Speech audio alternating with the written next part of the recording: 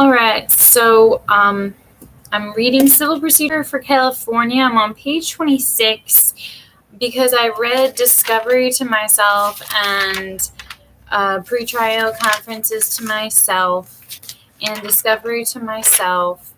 And I thought I would just brief on what the differences were, but the differences were so prominent that I would be like rereading the entire thing.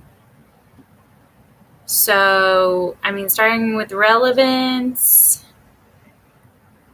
this is defined as permits discovery of non-privileged and relevant matter that is admissible or appears reasonably calculated to lead to the discovery of admissible evidence.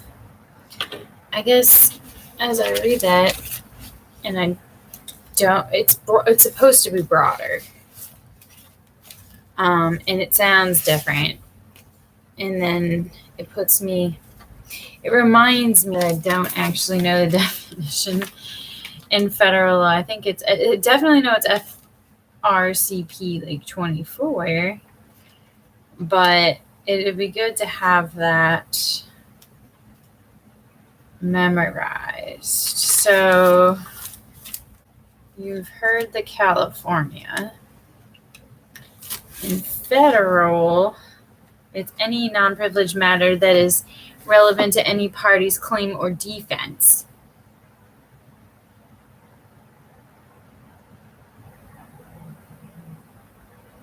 And where's the part where it has to be proportional? I feel like just saying the word proportional is like enough.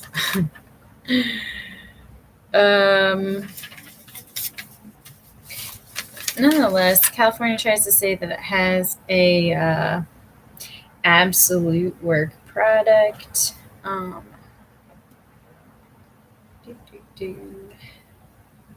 Privilege. And then it's like, except denial of discovery will unfairly prejudice a party preparing for his claim or defense and will result in injustice. Whereas, I guess I should go back to the federal section, since this is not like throwing me off.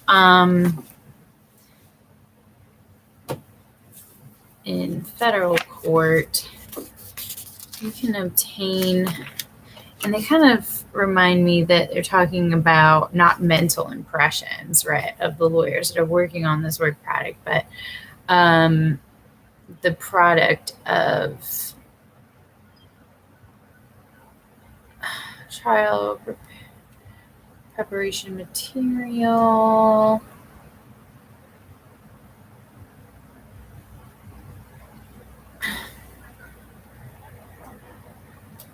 Goodness, where is it? Where is what I'm trying to say?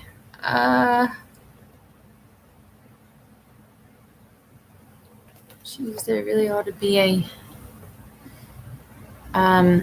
exception.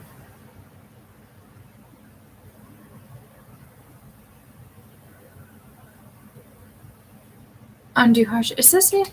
Yeah, it's at the very beginning. We're a product of a party or representative of a party made in anticipation of litigation is discoverable only on the showing of substantial need and to avoid undue hardship and obtain materials in an alternative way. Interesting. So that doesn't exist in California, but yet they kind of say it another way.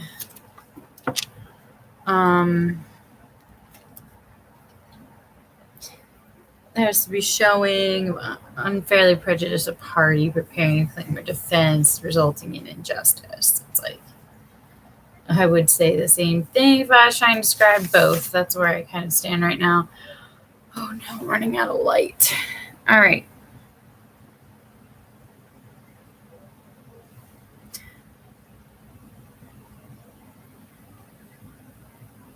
Privileges. California specifically codifies the concept of a privilege log.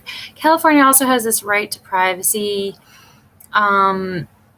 if it's a legitimate privacy interest, reasonable expectation of privacy, and they suffered some serious invasion of their privacy. They can, then there's just a general protective order section, annoyance, embarrassment, oppression, undue burdens and expense, intrusiveness of the discovery against the likelihood of the discovery, admissible evidence is what the protective order pertains to. There's California's Electronic Discovery Act.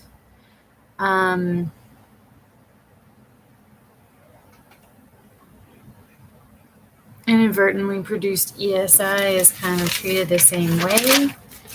As I say the same way, I would have to describe it as if you inadvertently were to disclose privileged material, and that's what the ESI is. It's like privileged material is embedded in that section. You would promptly notify the other party that that was inadvertent, accidental, ask for it back, and they do the same thing and try to retract it if it take reasonable steps to retrieve it if it's been shared. Now, get a lot faster through this since I'm running out of daylight. Supplementation of disclosures and discovery responses. Okay, so you can't just ask someone for continuing supplement to keep their information or to correct answers with information acquired later, which I thought you could do, but you can't do in California. Timing of discovery. You can actually ask for the court to order a pre-lawsuit discovery kind of protection, and you could do it after a judgment too, in the event you're facing potential appeal, but it has to be done. This request has to be by verified petition.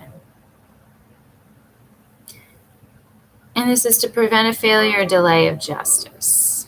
This is section 2035.050 of the California Civil Procedure, Code of Civil Procedure. Beginning discovery. There's no automatic disclosures in California, as are the initial disclosures in the federal court system. Completion of discovery. Oh, this seems really hard to keep track of. It's saying that so the date initially set for trial is the measuring date here, because 30 days ahead of that date, you need to have your discovery completed, and 15 days ahead of it, your motions heard pertaining, I guess, to that discovery. And the party may move the court to extend the discovery cutoff date and to reopen discovery. Methods of discovery. There's the same. There's the oral deposition. There's the interrogatories. The thing is that there's a certain amount of days ahead of or after service of process that these can be requested. It's 20 days for depositions. You can only do it once for 7 hours unless there's good cause for another deposition. You can use depositions, trial, or hearing. It doesn't say anything about hearsay. I don't know if hearsay still applies. Notwithstanding, I assume it does, but can't really tell from this, and I have no experience with it. Errors and irregularities in depositions.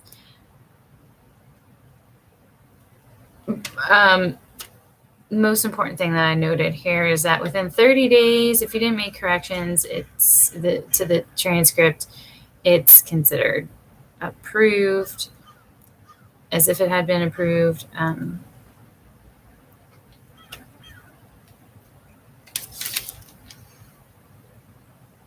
written questions, form of written questions.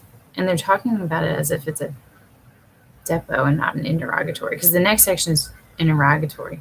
35 specially drafted interrogatories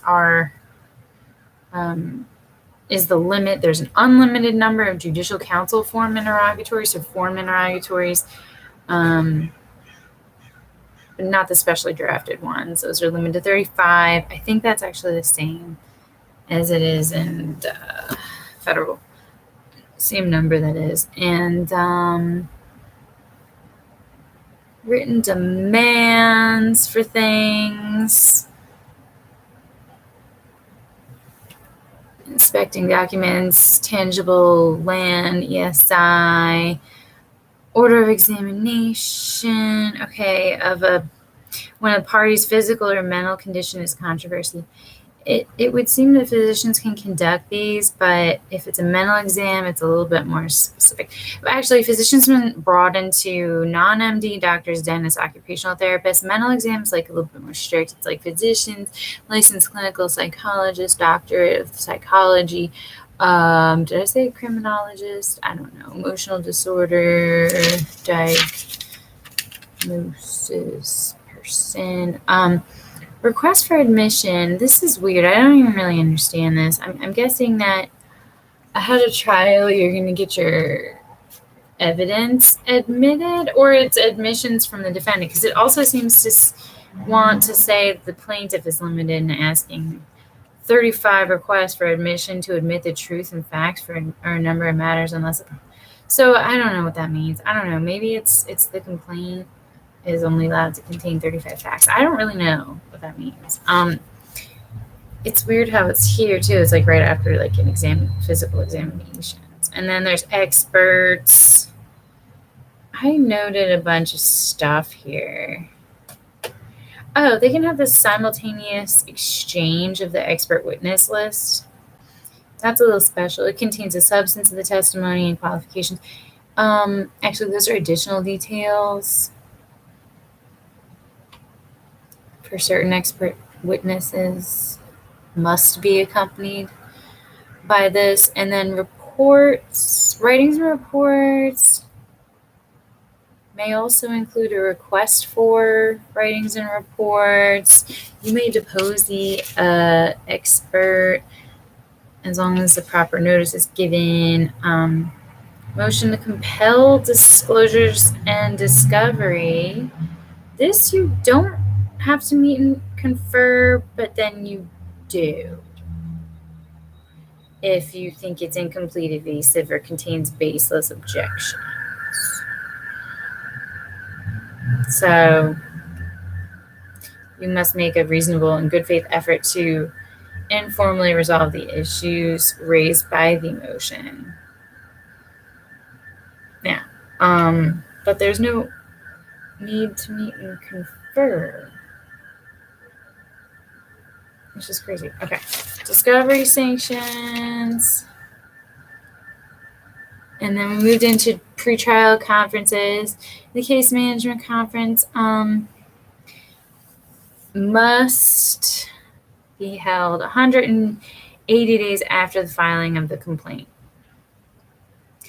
Then there's fast track going on pursuant to the California Trial Court Delay Reduction Act. This allows the court to impose short deadlines of various procedures.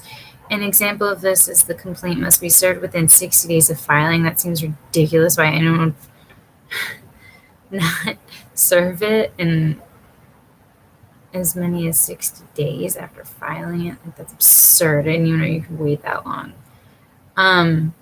Additional conferences, final case management conference, close to trial may be held.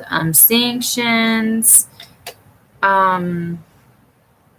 Basically, if you're not like meeting these internally set court orders, case management rules or court orders, they can even issue a terminating sanction, but it has to be for the fault of the party, not the attorney.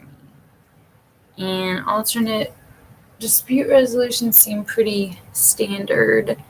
Contractual arbitration, the procedure seems standard. There's a judicial review of the award, which is like pretty extensive. Judicial arbitration is a thing. I don't know if that's a thing in federal court, but it's only unlimited civil cases in which the amount of controversy is $50,000 or less for each plaintiff. Within 60 days of filing of the award, the parties may request a trial de novo or dismissal of the case. In the absence of a request, the award is entered as a judgment. And you went into mediation, and this is if the controversy does not exceed $50,000 for each plaintiff, and then, yeah, clearly you have to be confidential, like mediator guy. All right, so we're in section J. I haven't read this yet. 10 pages left. Involuntary dismissals, failure to diligently prosecute. The court, either on motion by a party or the court's own motion, may involuntarily dismiss the action without prejudice for failure to bring a matter to trial or to timely serve process. California's diligent prosecution statutes and accompanying statewide rules of court apply to cases not subject to fast track. If 5 years have elapsed since the filing of the complaint, the court is required to dismiss the action unless the time period has been statutorily told or extended. And action is also subject to discretionary dismissal if the plaintiff fails to serve the defendant within the complaint within 2 years of it being filed. The dismissal is mandatory if the period is 3 years. However, tolling provisions, service was not possible due to factors beyond the plaintiff's control, may be applicable. The court has discretion to dismiss if 2 years have elapsed without bringing the matter to trial. All right, so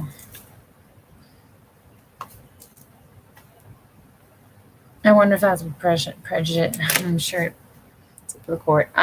Other grounds for involuntary dismissal: an action may be involuntarily dismissed on additional grounds, including when the court sustains a demur or grants a motion to strike without leave to amend, or orders dismissal as a terminating sanction for misuse of the discovery process or for violation of case management rules. Voluntary dismissals: the plaintiff generally may voluntarily dismiss her action before the actual start of trial, either with or without prejudice. The courts have recognized certain limitations on the plaintiff's right to voluntary pretrial dismissal without prejudice. After commencement of trial, the plaintiff may dismiss the action only with prejudice unless the parties agree otherwise, or the court orders dismissal without prejudice based on a showing of good cause. This is Section 581. California courts have included under the definition of trial some dispositive pretrial proceedings in which the court makes a final determination of issue of law or fact, i.e. summary judgment. Costs and offers of judgment. In California, the prevailing party is entitled to recover costs which do not include the fees of expert witnesses not ordered by the court. Either party may make an offer of judgment. The offer must be made at least 10 days prior to the commencement of trial or arbitration, and it is deemed rejected if not accepted 30 days after the offer is made or the start of the trial or arbitration, whichever occurs first. If the plaintiff does not accept the defendant's offer and fails to obtain a more favorable judgment or award at trial or arbitration, the plaintiff will not recover post-offer costs and must pay the defendant's post-offer costs.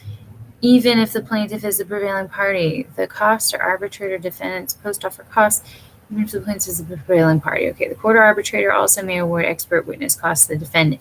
If the defendant does not accept the plaintiff's offer and fails to obtain a more favorable judgment or award, the defendant must pay the plaintiff's costs of suit and may be ordered to pay the plaintiff's post-offer expert witness fees. These can be exceedingly expensive, I think.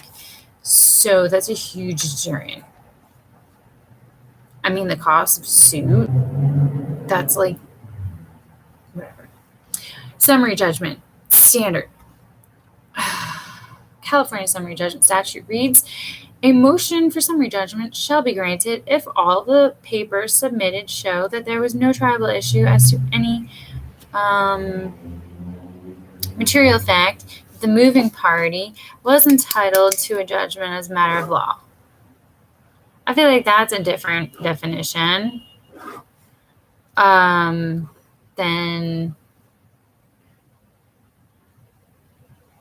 genuine issue material fact.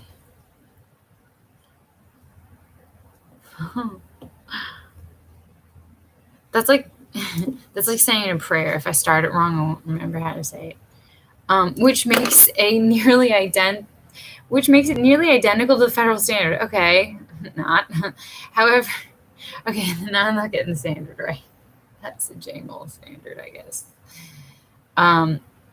Which makes it nearly identical to the federal standard. This is Section 437 of the California Code of Civil Procedure. However, California's summary judgment statute is far more detailed and complex than Rule 56.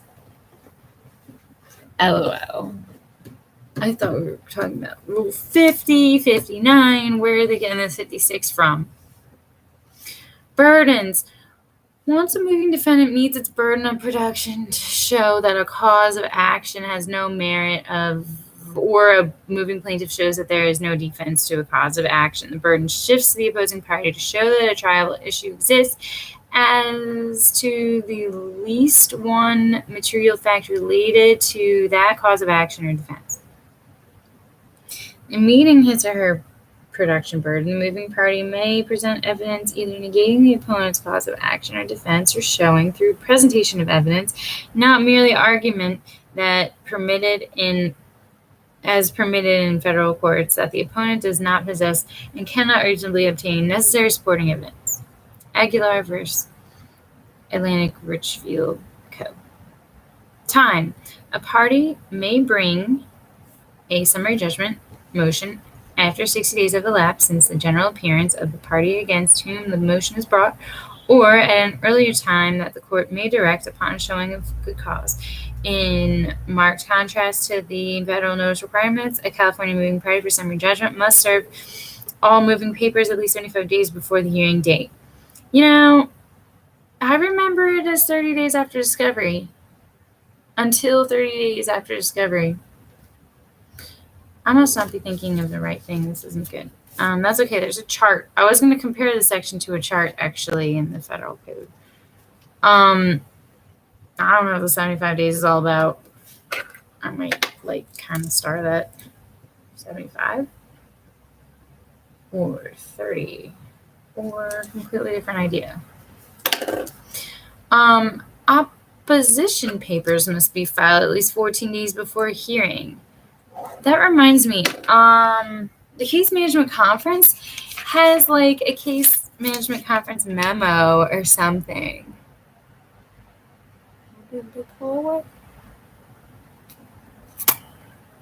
Where is it? Look at 8. Statement. Parties must submit a settlement conference statement in advance detailing the demand or offer. That's not it. Maybe it is, and I just didn't know what I was talking about. So what's opposition papers? They have to be filed at least 14 days before the hearing, and reply papers at least 5 days before the hearing. I don't know what this is. They act like it's so obvious. A summary adjudication. In California, summary judgment disposes of all causes of action and issues. California also allows for summary adjudication of less than the complete action. So it's kind of like a partial summary judgment, right? Now,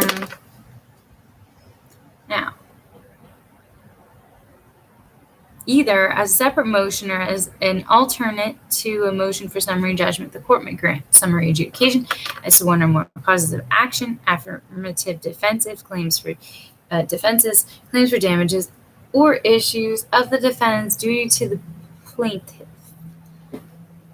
This is all Section 437, by the way.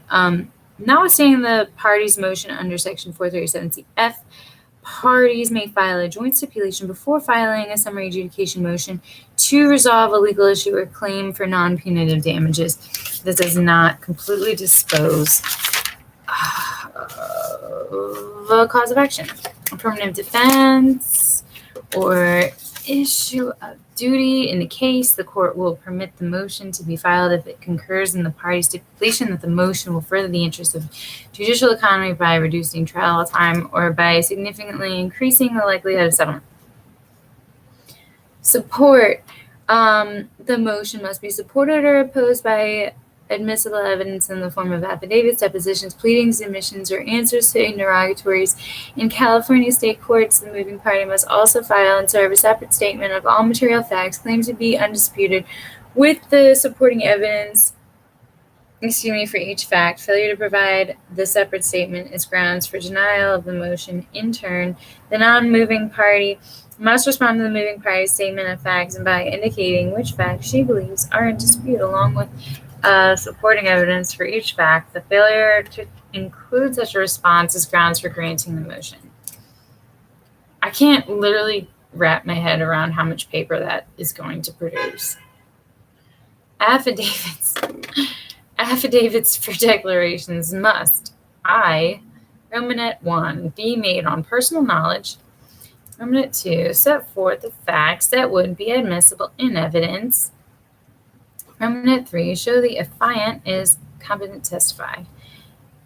2, a party may object that the material cited to support a dispute of fact cannot be presented in a form that would be admissible in evidence. If a party fails to support an assertion of fact or fails properly to address another party's assertion of fact, the court may consider the fact undisputed for purposes of the motion, grant summary judgment if appropriate, give an opportunity to address the fact, or issue another appropriate order. 4, when the party opposing the motion shows by affidavit or declaration that he cannot present facts, he may state the reasons for their non-availability. The court may then deny the motion, order a continuance to permit affidavits or declarations to be obtained or depositions to be taken, and make such other order as is just. 5th, when affidavits or declarations are made in bad faith, the court may A, order the party using them to reimburse the other party for those expenses that the affidavits or declarations cost him, including attorney fees, and B, a judge in contempt the offending party or attorney. Contempt. A judge in contempt. AD judge.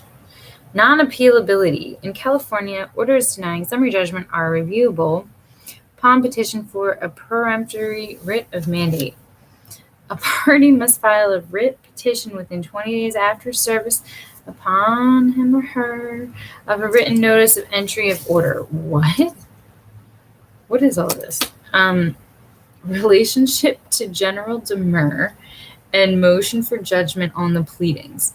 A general demur and a motion for judgment on the pleadings differ from motion for summary judgment in that a demur and the motion for judgment on the pleadings are not evidentiary motions, but rather are addressed solely on the legal sufficiency of the complaint. For these two motions, the court examines only the face of the relevant pleading in the matter subject to judicial notice. Trial, jury trial. Jury demand, right to jury trial, source of jury trial right. When jury trial right exists, expedited jury trial, heard of that. Jury size and composition, jury instructions, jury verdicts, general verdict, special verdict, general verdict, special interrogatories, jury deliberations, erroneous verdicts, and juror misconduct. All right. Let's read it. It better be very different. Because this outlines like the entire concept. In California, a party must announce his or her demand for jury trial at the time the case is first set for trial. That's a little different. Or within 5 days after notice of setting. I feel like that's way later than federal court, which is within a certain time after the last pleading. If I'm not mistaken, often the demand, I feel like it's like 2 weeks too.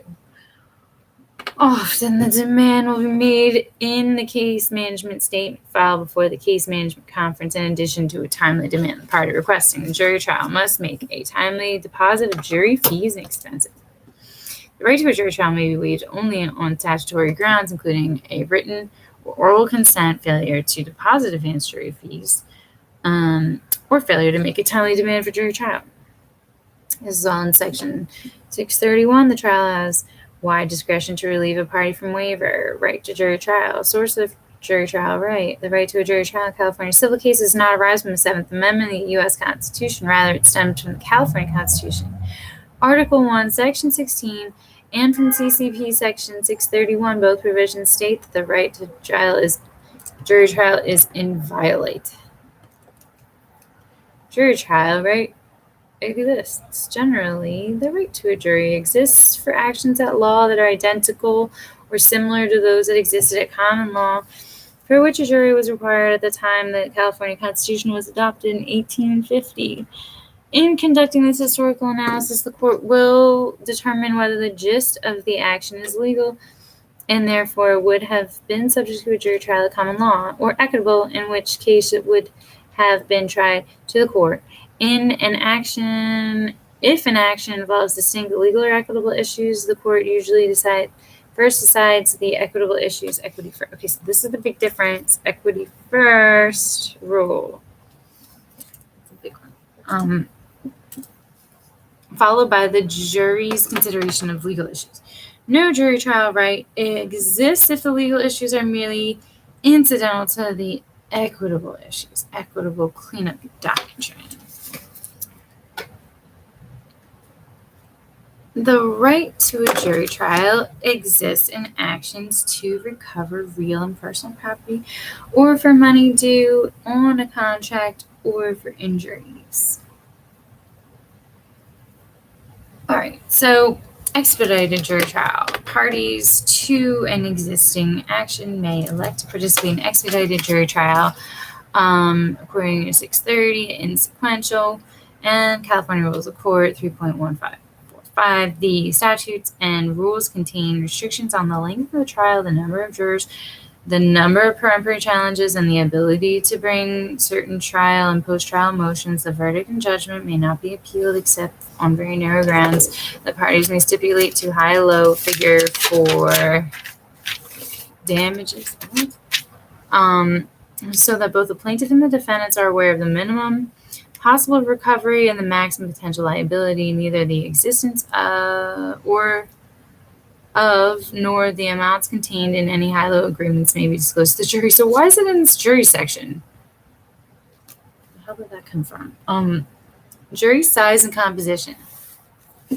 Juries in California civil cases must have 12 jurors unless the parties agree in open court to a lesser number. Peremptory challenges for individual jurors during the voir dire process may not be exercised to exclude jurors on any impermissible reason. Race, national origin, gender, or sexual orientation in the entire jury veneer may also be challenged on the ground that it does not include a representative cross-section of the community.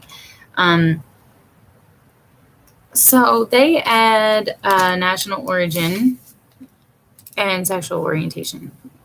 And this whole right? Well, as a right, representative cross-section of the community, I'm just going to write as a right, whereas this kind of came up through case law. It seems like they've made it statutory right, or whatever. Jury instructions, a party may file proposed jury instructions in each case. The instructions must be submitted at the close of evidence before closing arguments begin. I think that's normal. And although a party may submit them earlier, objections to giving or failing to give instructions must be made before the jury retires to consider the verdict. Jury verdict.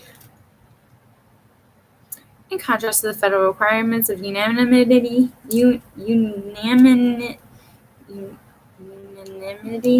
a California civil verdict may be rendered by 3/4 of the jury. That's not enough. Why do we even go to court? Excuse me?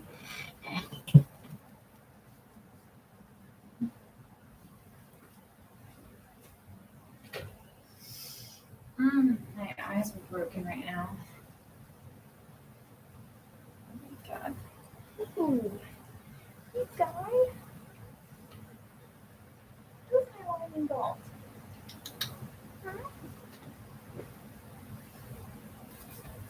All right, what else is on this page? I could not see anything. My eyes, I'm gonna adjust it. Oh my God, what is else is there to say? 3/4 of this jury? That's like so very little. The trial court has discretion to decide the type of verdict to be used. Jurors cannot decide a verdict by flipping a coin or averaging. Although it may be a proper starting point for this discussion. LOL. General verdict and a general verdict. I find that to be disrespectful. I'm disrespected. General verdict. In a general verdict, the jury finds for the plaintiff or defendant and gives the amount of damages or relief due. A general verdict implies that all essential issues were found in favor of the prevailing party. Special verdict. In a special verdict, the jury is asked to make a finding on all material conclusions of fact, and the court applies the law. The procedure for a special verdict is to submit to the jury a series of questions regarding each ultimate fact. The court then makes legal conclusions based on those facts. Each question must deal with a single fact only and must not assume the existence of facts in dispute. A party waives objections to the form of the question if she does not object when they are given. General verdict with special interrogatories. In a general verdict with interrogatories, the jury is asked to give a general verdict and also answer specific questions concerning certain ultimate facts in the case. The purpose is to ensure that the jury properly considered the important issues. Interrogatories must be submitted with the general verdict to test the verdict's validity. This is all in section 625. Jury deliberations. There's a ton of elements written here. Jurors may take into the jury room all papers and exhibits and evidence in their own notes, unless the court orders otherwise. This is in section 612. Instructions, pleadings, and other matters are generally improper for use in the jury room except when they are formally admitted into evidence. Jurors may not do 7 things. 1, engage in experiments in the jury room. 2, make private studies of documents or items outside the jury room. 3, view property or places involved in the case except by court order. 4, communicate with any non-juror about the trial. 5, communicate with counsel or parties in private.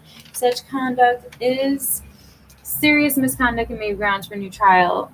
6, state facts not in the evidence in the jury room. Or 7, use any means of electronic or wireless communication or research. Jurors are entitled to evaluate the evidence presented in light of their general knowledge and experience. Erroneous verdicts. Inconsistent determinations are erroneous, but only if they are irreconcilable. When a verdict is rendered against a person vicariously liable and the principal wrongdoer is exonerated, for example. Additionally, when a verdict shows on its face that the jury failed to follow the court's instructions, the verdict may be set aside, and either the jury will be asked to reconsider its verdict or a new trial will be considered. Section 619. Jury misconduct. I was wondering why I'm sitting in my work chair right now.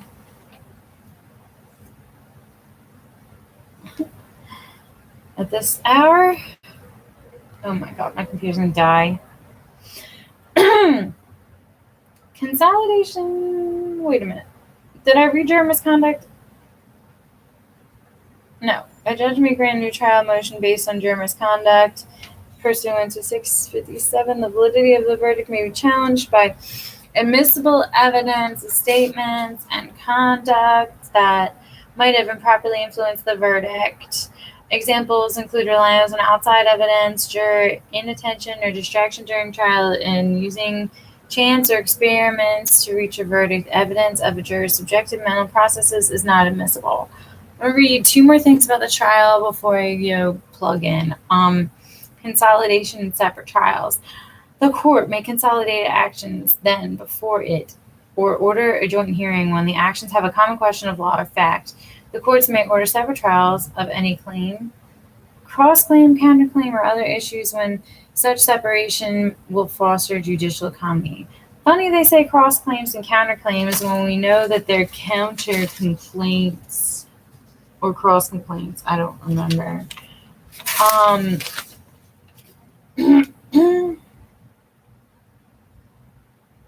Motion for non-suit and motion for directed verdict. In California, a defendant may bring a non-suit motion after the plaintiff's presentation of evidence or plaintiff's opening statement. Any party may move for a directed verdict, known in federal court as a motion for judgment as a matter of law, after the presentation of all evidence. Excuse me.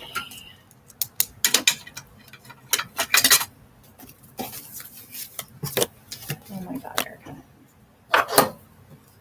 Let's go. Of all evidence in the trial. The non-suit and directed verdict motions are based on the same standard, whether the non-moving party has presented sufficient evidence as a matter of law to establish a prima facie case or a defense in the event of the plaintiff's directed verdict motion. And non-suit motion may also be partial, i.e., it may address only certain issues, leaving others to be tried.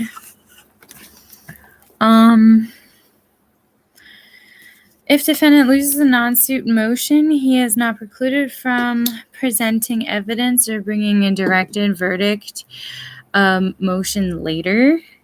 This is all from section 581 and 630. Motion for judgment notwithstanding the verdict.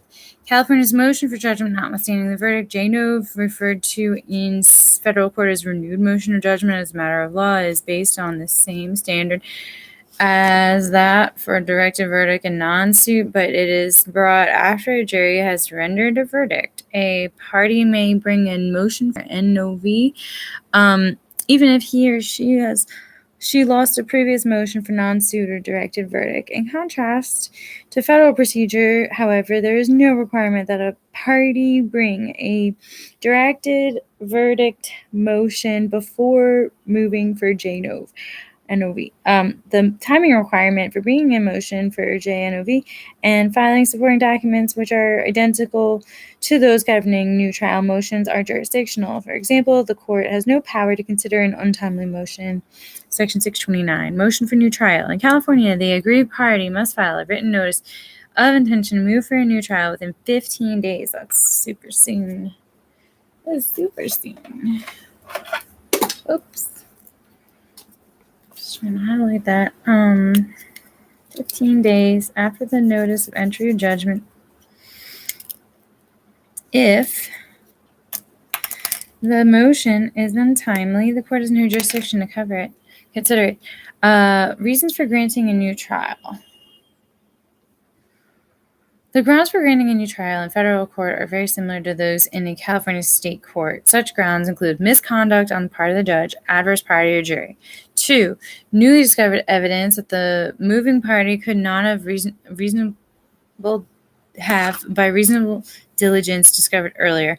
Unfair action or surprise during trial, excessive damages, insufficient evidence to justify the verdict against the law, or error of law during trial. So I feel like 4, 5, 6, and 7 appear to be new. 1, 2, and 3 seem like the same ones we see in federal court. Remitter. If the trial judge feels that the jury's compensation award, damages award is so excessive as to shock the conscience, the judge may order a new trial or may offer the alternative of remitter. When offered a remitter, the plaintiff is given the choice between accepting an award less than that given her by the jury or submitting to a new trial. Additor. California state courts only. A trial judge may believe that the jury's compensation damages are inadequate. In such a case, the court may offer the defendant a choice between accepting a new trial and accepting an enhanced judgment as determined by the court. Section 662. Note, however, the editor has been held to violate the Seventh Amendment, not applicable to states, and thus a federal court cannot offer editor. Motion for JNOV with motion for new trial. When a motion for JNOV and a motion for new trial are made in the alternative and the motion for JNOV is granted, the court must rule hypothetically on the new trial motion so that no remand is required if the judgment on the merits ruling is subsequently reversed on appeal. Okay.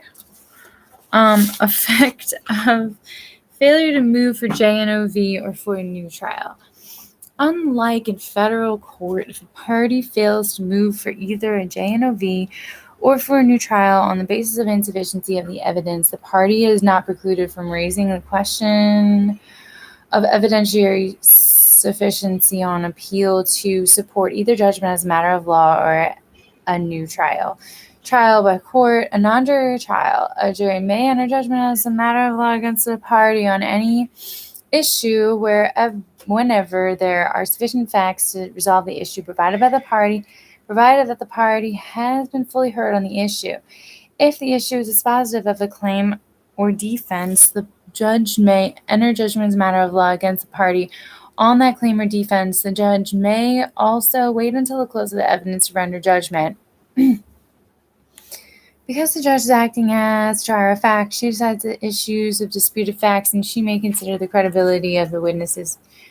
In California State Court, the judgment may, and in some cases must, be supported by a statement of decision setting forth the court's explanation of the legal and factual basis for its decision and on each major disputed issue. That's normal, I think. Section 631.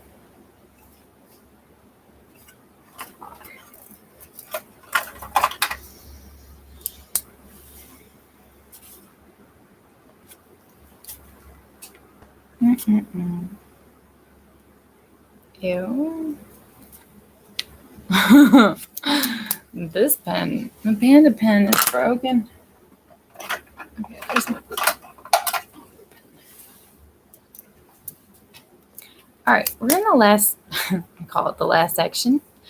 It might not be. It's subsection 6, attack on judgments and orders at the trial court level, relief from judgment or order, clerical mistakes, defendant not personally notified, motions to reconsider prior orders or renew prior motions, other grounds for relief from judgment.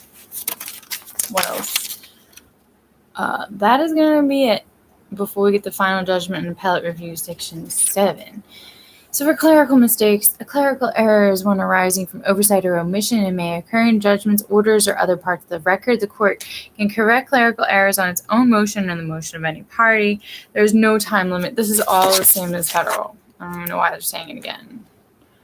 For the correction of clerical errors, and the court order correcting the error dates back to the time judgment was entered. As a result, the battle over what constitutes a clerical error is acute. Defendant not personally notified. In California, when the service of summons has not resulted in actual notice to the defendant may move for relief within a reasonable time, not to exceed the earlier of 2 years from the entry of default judgment or 180 days after service of written notice of default or default judgment, section 473.5. Motions to reconsider prior orders or renew prior motions. In California, a party may also move for reconsideration of a prior order, final or non-final, or may renew a previous motion. However, as a jurisdictional requirement, he must show that there are new, previously unavailable facts, a change of law, or new circumstances that justify reconsideration or renewal. CCCP section 1008. The trial court, however, possesses inherent authority to reconsider its prior rulings on its own motion only, even in the absence of new facts of law. Lefrançois versus Guel, 2005. Other grounds for relief from judgment. The court may relieve a party from a judgment order or other proceeding taken against a party that was the result of mistaken inadvertent surprise and excusable neglect. The application must be made within a reasonable time, not to exceed 6 months. A court must set aside a default judgment or dismissal on a party's application made within 6 months of entry of judgment when accompanied by an affidavit of an attorney attesting to the mistake, inadvertent surprise, or neglect. Even if inexcusable, a party may also move to set aside a void judgment. Final judgment and appellate review. Judgment. A judgment is a final determination of the rights of the parties in an action or proceeding. Section 577. A final judgment is distinguished from an interlocutory non-final judgment and from an order. 1. Relief that may be given in California judgment. In a California judgment, in cases in which there is no answer, default, answer stricken as sanction, the plaintiff is at most entitled only to the relief requested in the complaint or the separate statement of damages or punitive damages. In any other unlimited civil case, the plaintiff is entitled to any relief consistent with the allegations of the complaint. My God. And the evidence admitted at trial. Thus, damages may exceed the demand of the plaintiff, and the injunction may be issued, although not requested. In a limited civil case, relief is restricted to the jurisdictional limitations of the court. Section 580. I don't know what I just read. I don't know why. Literally, 0.1 cases go to trial. I can't, visualize this happening after final judgment. Judgment on multiple claims or parties. If a trial court enters a judgment against one of the several parties and the judgment leaves no further issue for resolution as to that party, it is considered a final judgment and may immediately be appealed by that party. In contrast to the procedure set out in the Federal Rule 54B, no express determination that there is no just reason for delay is required in a California trial court. What did that just say? Was that a double negative? No express determination that there is no just reason for delay is required in a California trial. I hope they explain that in the next sentence. A judgment on an issue or cause of action that is separate and independent from the others in the litigation is not considered final and generally may not immediately be appealed as long as other issues and causes of actions are still pending in the court order. Right. So is that what it means when you say no express determination that there is no just reason for delay? All right. Something like that. The court needs to say there's no just reason for delay for an interlocutory. I don't know what that's called anymore. Order, right?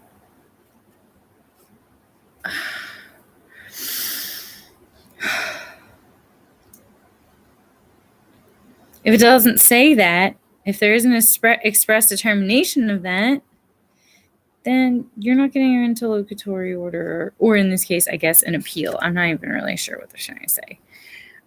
Time for appeals. CRC 8.104 and 8.108 govern the timing of the filing of a notice of appeal in an unlimited civil case. These rules are very strictly applied. An untimely notice of appeal must be dismissed, except in cases of public emergency or as permitted by CRC 8.108. The appellate court has no jurisdiction to extend the time to file notice.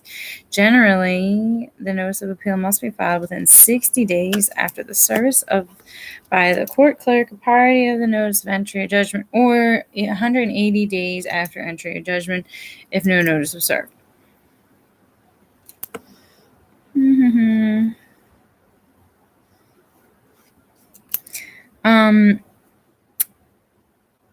That same section extends the time to appeal when certain trial and post-trial motions have been filed, such as motion to vacate, motion for JNOV, and new trial motion. Review of orders of judgment. Generally, only final judgments are reviewable on appeal. Interlocutory judgments. Immediate appeal to the California Court of Appeal is permitted in unlimited civil cases under CCP Section 904.1 from several categories of interlocutory judgments and orders, including the following. 1 through 5. 1, an order made after an appealable judgment. 2, an order granting a motion to quash service of summons or granting a motion based on form non-convenes. 3, an order granting a new trial or denying a motion for judgment notwithstanding the verdict. 4, an order granting or dissolving or refusing to grant or dissolve an injunction. And 5, an interlocutory judgment or order directing payment of money sanctions if the amount exceeds $5,000.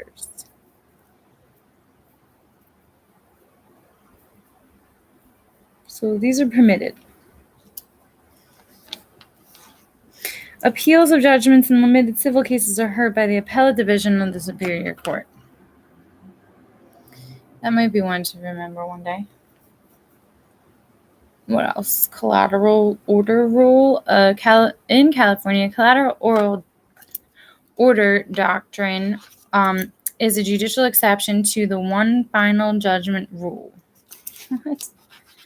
A party may immediately appeal a collateral order if it meets two principal requirements. Romanet 1, the trial court renders a final order, and Romanet 2, the matter is collateral to the merits of the action. Many, but not all, courts impose a third requirement. The order must direct the payment of money or performance of an act. Review of non-appealable order by verdict, and certification of class actions. Oh my god, I thought I ended in a page. There's like 4 more pages. Review of non-appealable orders by writ. A party may petition for an extraordinary writ of mandate or prohibition if a trial court order or judgment is not final or not otherwise made appealable.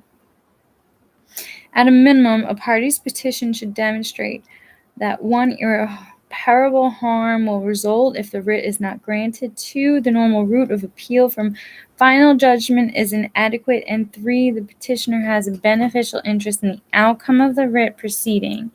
Even if the petitioner makes this showing, however, the Court of Appeal may exercise discretion to summarily deny the petition. It frequently does so. In addition to a party's writ petition, the Court of Appeal on its own initiative may treat an infirm appeal as a petition for a writ. Certification of class actions. An order denying certification of entire class is immediately appealable. It is considered a final judgment because the order puts an end to the class action. Death knell. An order certifying a class or partial class is not immediately appealable. It may be renewed on appeal from judgment or on a petition of extraordinary writ. Wow. That's a huge deviation from federal. It's giving you the case citation because people aren't going to believe it, and applying a final judgment rule to the death knell doctrine governing motions for class certification. Whatever. Stay pending appeal.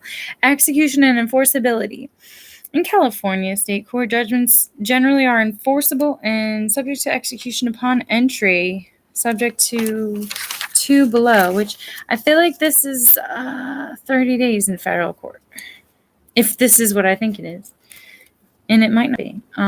What did I just say? This is a new section, stay pending appeal, execution and enforceability. So that whole execution and enforceability, I think, is 30 days after judgment, final judgment in federal court. Here, we just premised that whole idea in my head with a new term called stay of appeal. Stay pending appeal. So the effect of appeal, subject to numerous exceptions, enforcement of the trial court judgment, including a judgment for an injunction, is automatically stayed when the timely filing of a notice of appeal, according to 916. If a party wants to prevent enforcement of a judgment before the filing of the notice of appeal, it must obtain a temporary stay from the trial court. Enforcement of certain judgments judgments for money, sale of real or personal property, appointment of a receiver will be, or if an undertaking is provided. Right. Civil jurisdiction of California Supreme Court. The California Constitution gives the California Supreme Court original jurisdiction in proceedings for extraordinary relief in the form of mandamus, certiorari, and prohibition, and in habeas corpus proceedings. The California Supreme Court also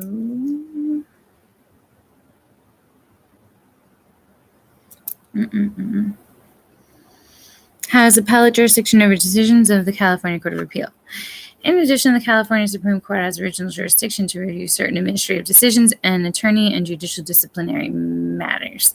Typically, the civil appellant files a petition for review with the California Supreme Court. Such petitions are granted only in approximately 5% of civil cases. In rare instances, the California Supreme Court may also grant review on its own motion after the Court of Appeal has rendered its decision, or may transfer to itself an appeal currently pending in the Court of Appeal. So now we finally reach res judicata and collateral estoppel. This is the last section. Intro, claim preclusion, res judicata, and issue preclusion, collateral estoppel are discussed in considerable detail in the Federal Civil Procedure Outline. The more important points with the focus on California distinctions are discussed below, which is like 2 pages. Requirements for merger and bar. Before merger or bar apply, it must be shown that 1, the earlier judgment is valid, final judgment on the merits. The cases are brought by the same claimant against the same defendant, and the same cause of action or claim is involved in a later lawsuit. And 4th, the cause of action was actually litigated and could have been litigated in the prior action. So that 4th part is a part that you don't usually get in res judicata, even though it makes sense. California distinction, or it's implied in the final judgment on the merits, but whatever. California distinction, definition of final judgment. California's definition of final judgment for claim preclusion purposes differs from the federal definition of California judgment is not considered final in the claim preclusion context unless the conclusion of the appeal, or if no appeal is taken, the time for appeal has expired. In contrast, the federal judgment is deemed to be final for claim preclusion purposes when it is rendered. Appeal does not delay the effect of an otherwise valid and final judgment until a judgment is reversed on appeal. Okay, so we all don't understand that in class. Cool, whatever. I don't care. Cause of action. California distinction, primary rights doctrine. The most significant distinction between California and federal approaches to claim preclusion involves the definition of cause of action. In contrast to the federal focus on the modern transactional approach, California has steadfastly adhered to a primary rights doctrine. Under that doctrine, the cause of action is defined as an invasion of a single primary right. The primary right is the right to be free from a particular harm. A cause of action may not be split into separate lawsuits if that cause of action arises from an invasion of a single primary right. Needless to say, the ambiguity of this standard has produced much confusion in the application and has been the subject of scholarly and practical criticism. Common examples: accidents. Another one is installment obligations. So in an accident, under California's primary right doctrine, a plaintiff injured by the defendant in an accident may sue the defendant in one action for personal injury and in a separate action for property damages. Each injury would be considered an invasion of the different primary right to be free from harm.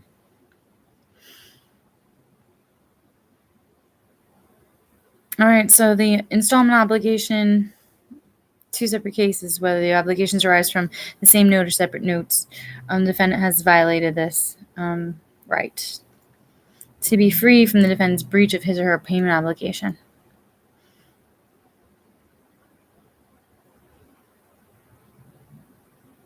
Okay, this is the opposite, actually. I'm stupid. No, it says here the California plaintiff might be required to bring a single action on all installment obligations due at the time of the suit, regardless if they arise from the same note or separate notes. So might is like pretty hard to